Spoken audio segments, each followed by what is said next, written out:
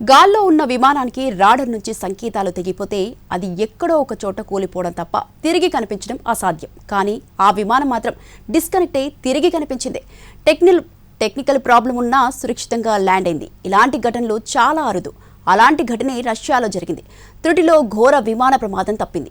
Radar link తెగినట్టే తెగి తిరిగి connect అయింది. వెంటనే ఆ విమానం ఎమర్జెన్సీగా ల్యాండ్ అయింది. నిన్న సాయంత్రం స్మార్టోవియా సంస్థకు చెందిన 734-800 బోయింగ్ విమానం సోచీ నుంచి బయలుదేరింది. నల్ల సముద్రం మీదుగా వెళ్తుండగా విమానం నుంచి ఒక్కసారిగా ఎమర్జెన్సీ సిగ్నల్స్ వచ్చాయి. ఆ వెంటనే విమానానికి రాడర్ నుంచి సంకేతాలు తెగిపోయాయి.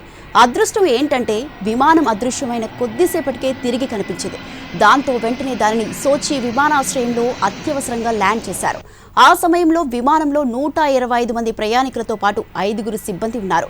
పెను ప్రమాదం తప్పడంతో అంతా ఊపిరి పీల్చుకున్నారు. ప్యాసింజర్లను వేరే విమానాల్లో షిఫ్ట్ చేశారు. టెక్నికల్ టీం కారణాలను పరిశీలిస్తోంది. విమానం ఇంజిన్లో సాంకేతిక లోపం తలెత్తిందని ప్రాథమికంగా అంచనా వేశారు.